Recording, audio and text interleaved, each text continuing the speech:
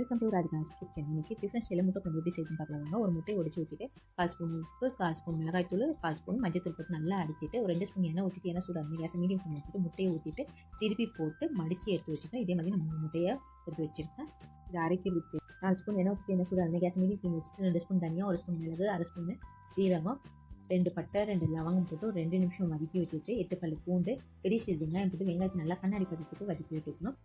இஞ்சி ஒரு சின்ன துண்டு சேர்த்துட்டு பெரிய சைஸ் தக்காளி 1, 2 பத்தை தேங்காய், 1/2 ஸ்பூன் உப்பு, 1/2 ஸ்பூன் மஞ்சத்தூள், 2 ஸ்பூன் மிளகாய்த்தூள், கரம் மசாலா 1/2 ஸ்பூன் போட்டு ஒரு 7-8 நிமிஷம் கேஸை மீடியம் ஃப்ளேம்லேயே நல்லா வதக்கி விட்டுக்கணும். வதக்கி விட்டதுமே கேஸை ஆஃப் பண்ணிவிட்டு ஒரு தட்டில் போட்டு இதை ஆற வச்சு நல்லா நைஸாக அரைச்சி எடுத்துகிட்டு வந்துடலாம். தாளிச்சிக்கலாம். ஒரு 2 ஸ்பூன் எண்ணெய் ஊற்றிட்டு எண்ணெய் சூடாக கேஸை மீடியம் ஃப்ளேமில் வச்சுட்டு மீடியம் சைஸ் வெங்காயம் 1, 10 பச்சை மிளகாய், ஒரு கொஞ்சோண்டு கருவேப்பிலை போட்டு ஒரு 2 நிமிஷம் வதக்கி விட்டுட்டு உப்பு தேவையான அளவு, இந்த வெங்காயத்துக்கு தேவையான அளவு உப்பு போட்டுடணும். அரைச்ச மசாலா ஊற்றிட்டு ஒரு 400 ml தண்ணி ஊற்றிடலாம்.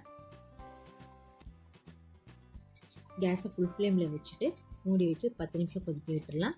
அதனால் லேசாக கொதி வந்திருக்கு இல்லையா. இப்போ நம்ம சுட்டு எடுத்துருக்க முட்டையை போட்டுட்டு மேலே அந்த குழம்பு கொஞ்சம் எடுத்து மெதுவாக இப்படி ஊற்றணும். இந்த மாதிரி ஊற்றிட்டு இப்போ முட்டையை போட்டுதுமே ஒரு 5 நிமிஷம் ஃபுல் ஃப்ளேமில் வச்சு கொதிக்க விட்டு ஆஃப் பண்ணிங்கன்னா சூப்பரான நம்மளோட டிஃப்ரெண்ட் ஸ்டைல் முட்டை குழம்பு ரெடி ஆயிடுச்சு. கண்டிப்பாக நீங்களும் ட்ரை பண்ணிட்டு எப்படி இருந்துச்சு சொல்லுங்கள். நன்றி, வணக்கம்.